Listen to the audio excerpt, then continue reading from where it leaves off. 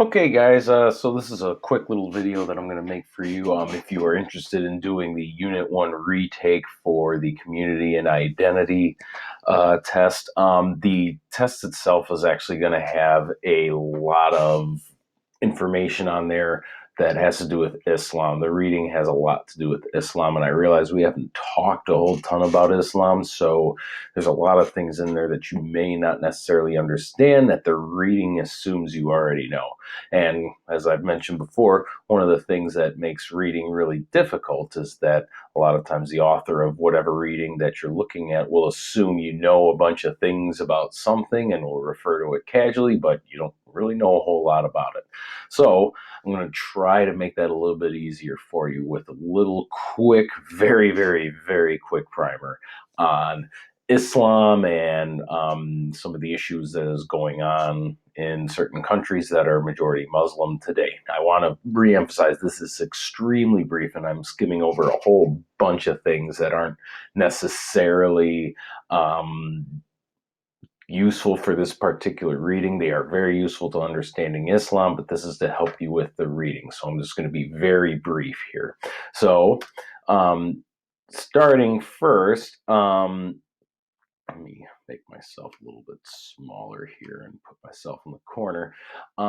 So, how Islam was founded? Islam was founded thanks in large part to the efforts of one man by the name of Muhammad. You're not going to find any pictures of Muhammad because, according to Islamic doctrine, you are not allowed to draw his image. It's basically believed that it'll cheapen the impact of him and cause people to perhaps worship Islam the wrong way. So don't go looking for any pictures of him, and especially don't go drawing any pictures of him and releasing them because that could get you in a whole lot of trouble. But anyway, it began in modern day Saudi Arabia.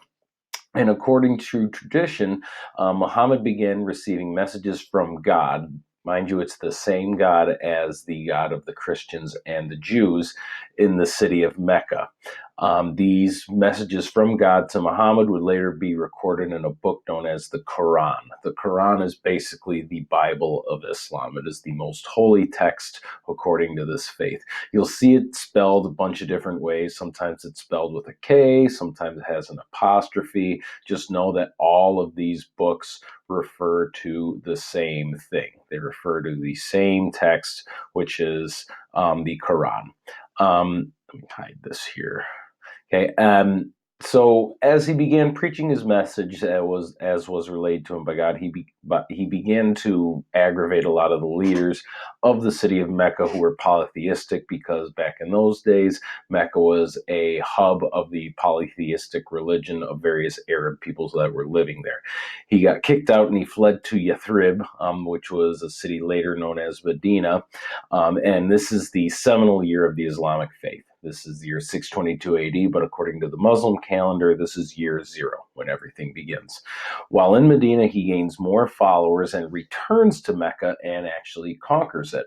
And from there, Muhammad proceeds to conquer large parts of the Middle East and North Africa. Now, how did he do this? How did he go from just this sort of obscure prophet to all of a sudden amassing a large empire in the world? A lot of it was great timing. The two large empires that were nearby were severely weakened because they'd been fighting each other for quite some time. And also, Muhammad proved to just be an extraordinarily capable leader in terms of military prowess as well as his political diplomacy. Most places he encountered were more willing to surrender before he actually got there. A lot of these places were Christian and Jewish communities that, because Islam was a faith that worshiped the same God as them, they were seen as sort of allies, and oftentimes they were treated with a lot more leniency than other places. So the religion spread very, very quickly and very, very aggressively. And here's a map that just give you a sense of how big it spread. There's Mecca, there's Medina, so we kind of did a back and forth there. This is the area Muhammad conquered, and these are the areas conquered by Muhammad or by Muhammad's successors, which we'll get to in a second. As you can see, big chunks of the Middle East, most of what we consider the Middle East today, which is here, and Northern Africa, almost got into Europe until they were pushed back by Frankish armies led by Charles Martel. But we're not going to get too deep in the weeds of Middle Ages history or Islamic Empire history. You just want to make sure you understand the reading. Um, The basis of the Islamic faith is contained within 5 pillars, or the pillars of Islam. The first pillar is the Shahada, which is basically the core belief system of Islam, which is that there is no God but Allah and Muhammad is his prophet. That's the whole creed. If any of you have ever had to go to confirmation and had to learn the Nicene Creed for Christianity, you know that it is considerably longer and much more difficult to memorize than that one. The second pillar of Islam is prayer. A devout Muslim is expected to pray 5 times daily. Do all Muslims do this? Of course not. There are devout Muslims and there's not so devout Muslims, just as there are very devout Christians and not so devout Christians. Same thing applies. But a devout Muslim is expected to pray 5 times a day, and they are expected to face Mecca, the shortest distance between them and Mecca. So living in Waukegan/Chicago, you would probably be expected to face probably northeast, because that's the quickest way to Mecca from here as the crow flies. It would be a very long flight for a crow. The third pillar of Islam is zakat, which is giving part of either your wealth or your time to those less fortunate, giving alms. Very similar, if you're a Christian, to the concept of tithing, and that you're supposed to be charitable and give to your community. The other part, the fourth pillar, is Psalm, which is fasting during the holy month of Ramadan. You're supposed to refrain from food or drink from dawn to sunset during the month of Ramadan. So while the sun's out, you're not supposed to eat or drink. At night, though, you can. And in very Muslim communities, they'll have loud cannons and noisemakers and things like that to notify people when the fasting period has started. The last pillar of Islam is Hajj, and that is the pilgrimage. If you are financially and physically able, as a Muslim, you are expected at some point in your life to take a pilgrimage to Mecca, which is obviously the founding city of Islam, where Muhammad first received his message from God. And you're supposed to perform numerous rituals, which I'm not going to get into right now, but a lot of it consists of circling around the sort of axis of the Islamic faith, a large building called the Kaaba. It's actually, if you ever look up pictures of it, it's extraordinarily impressive. But these are the 5 pillars of Islam. These are what supposedly are the core tenets of Islam. Now, depending what type of Islamic faith you practice, there might be other types of rules. Just like at different types of Christianity, you're expected to observe different sort of rituals, different sort of traditions, and that sort of thing. But these are the 5 core ones. So back to Islamic history, the reading will refer to Sunni and Shia Muslims, and it would be useful for you to know basically what those are. So just like everybody else that has ever lived, Muhammad dies in 632. But when Muhammad dies, a large empire is growing, and what makes Islam interesting is that at first it wasn't just a religion, but it was also a political entity. It was an empire, a very fast-growing empire, and obviously there was a lot to gain if you controlled said empire. So conflict over who was to take over as leader of the Muslims or become the caliph or khalifa arose. Yes, that's where Wiz Khalifa gets his name. I don't believe he is a caliph of any sort of Muslim group, at least not in a formal capacity, but I could be wrong. The majority, and still majority, of Muslims to this day thought the new leader of the Muslims should be Muhammad's right-hand man, a guy by the name of Abu Bakr. Okay, sort of Muhammad's guy, Muhammad's go-to guy. However, a sizable minority felt that it should be more based on familial relations and in terms of familial lineage, and it should go to his son-in-law, Ali ibn Abi Talib. Hopefully, I'm not butchering that pronunciation too badly. Supporters of Abu Bakr are Sunni. They are the Sunni Muslims, roughly 87 to 90% of Muslims in the world today, whereas the supporters of Ali are Shia, roughly 10% to 13% of Muslims today. Now, you might be thinking, if you've never heard of this before, why is there this extreme difference over this well, not so mild, but this conflict between who was to succeed Muhammad over a millennia ago. Just remember that religions are prone to fracture and split into different groups, and anything can cause it. In this case, it was a pretty significant thing. And yes, there have been numerous violent conflicts between Sunni and Shia Muslims, and there still are to this day. And though it may be something as ancient as sort of a succession conflict, realize that there is history behind it, and this history snowballs upon itself. These conflicts between Sunni and Shia are stem from previous conflicts. Sunni and Shias who dislike each other today may not dislike each other because of a disagreement over who was to be the next caliph, but rather some sort of atrocity committed by one group against the other, or perceived atrocity committed by one group against the other. When you start getting into the whole vengeance aspect of it, that's when you start to understand why these groups may dislike each other so much. The history just sort of snowballs the further back you go from now, or from the past to now. So, moving along from that, just a quick map here that sort of gives you a sense of Sunni and Shia territories, so to speak.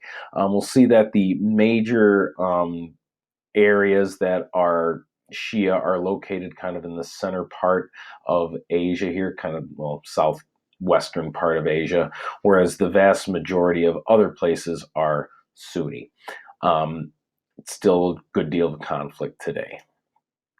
So that brings us to the last aspect that the reading deals with more so than anything else, which is the impact of Al Qaeda and ISIS, two of the large influential terrorist groups that originated in the Middle East. The reading has a lot to do with how current Iraqi youth are sort of shifting away from a religious background to a more secular background, secular meaning non-religious, which is sort of a shift away from these extremist groups of the Islamic faith. We have my guest host here. William Howard Taft is here. Taft, what do you have to add about our understanding of Sunni and Shia Muslims and the Islamic faith in general? Do you have anything to add? Well, striking stuff from William Howard Taft, probably the world's foremost feline expert on all things religious and Islamic. Anyway, so sort of shifting way ahead, after the Renaissance, 15th century-ish, Europeans and European-derived nations like the U.S. Gained larger and larger amount of control over the world, including the Middle East. And moving even further ahead, about 500 years, in the beginning of the 20th century, the importance of oil as a commodity emerged, as well as the realization that there was a lot of it in the Middle East. Because of that, Europeans and Americans, which are basically known as the West, Taft, your thoughts on the West? Well, what'd it take? What an extreme stance on the West, began systemically manipulating or flat out taking control over large parts of the Middle East for economic reasons, basically to have a nice, easy access to oil, or to sort of get within the pipeline of trade via the Silk Roads, which actually maintained a degree of trade for many, many, many, many years beyond their inception, sort of at the beginning of civilization. But anyway, I digress. In some Middle Eastern countries, Westernization, or becoming Western, which means adopting a sort of Western type government, some sort of republic, adopting sort of Western type dress, modernizing, seem to be as a way to sort of get ahead. But oftentimes these countries claim to be modern and progressive. Oftentimes in practice, they were not. They were extremely repressive. They hurt their people. They would jail anybody who opposed them. They would kill anybody that opposed them, even if they had perfectly good reasons to oppose them. And one of the main perpetrators of this was Iran, under the leadership of the Shah.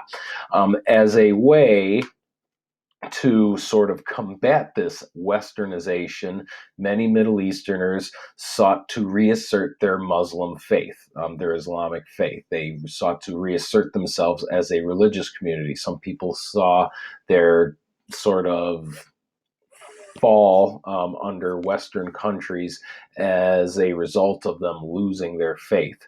So, by reasserting their faith, a lot of Muslims figured that they would become a stronger nation again.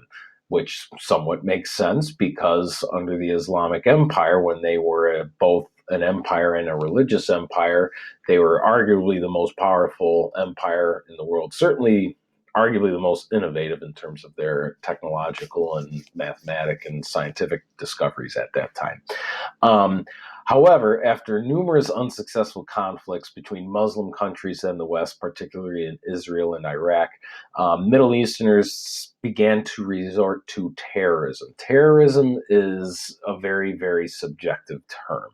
A terrorist to one person is a freedom fighter to another, and the people who commit acts of terrorism think they are striking a blow at a occupier. You'll see in the reading they'll refer to Americans as occupiers. Um, Terrorists take a stance of weakness, otherwise they wouldn't be terrorists. But usually the goal of a terrorist is to destabilize some sort of powerful entities to such a degree that they start to fall apart and the terrorist group can gain a foothold and perhaps a position of equality in terms of conflict and violent warfare with that group. Two of these famous Islamic terrorist group are Al Qaeda and the Islamic State in Iraq and Syria, aka ISIS. Al Qaeda was led famously by the leader Osama bin Laden, whose group under his leadership claimed responsibility for the attacks on September 11th, 2001.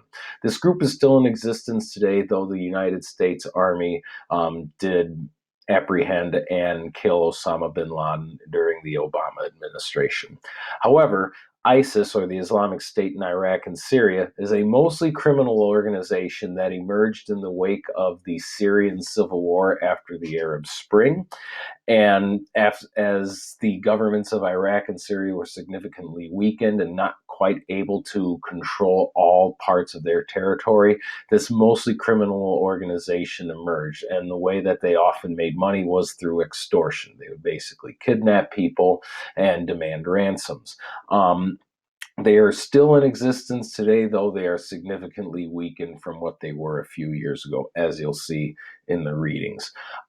They oftentimes prey upon young, desperate people living in the Middle East who maybe have suffered significant and traumatic hardship, who can't necessarily find work, who don't necessarily have anywhere else to go, but these groups who offer them a sense of stability, a sense of belonging, and oftentimes an actual income. So anyway, um, these are where these groups are predominantly located, as you can see, in mostly Middle Eastern Islamic countries, as they are Islamic fundamentalist groups.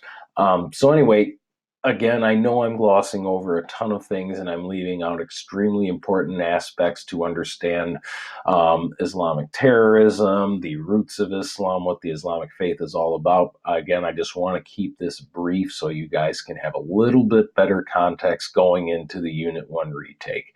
If you ever want more information, I'd be happy to steer you in the right direction. But again, I don't mean to offend or discredit the Islamic faith in any way, shape, or form. Just trying to give you guys a little brief sense of what this religion is all about. Anyway, William Howard Taft and I want to thank you guys for watching, and hopefully you got something out of this. And again, if you have any questions, please feel free to contact me and reach me. Thanks, guys. Taft, if you want to say goodbye? No? Okay. Fair enough. Have it your way. Take care.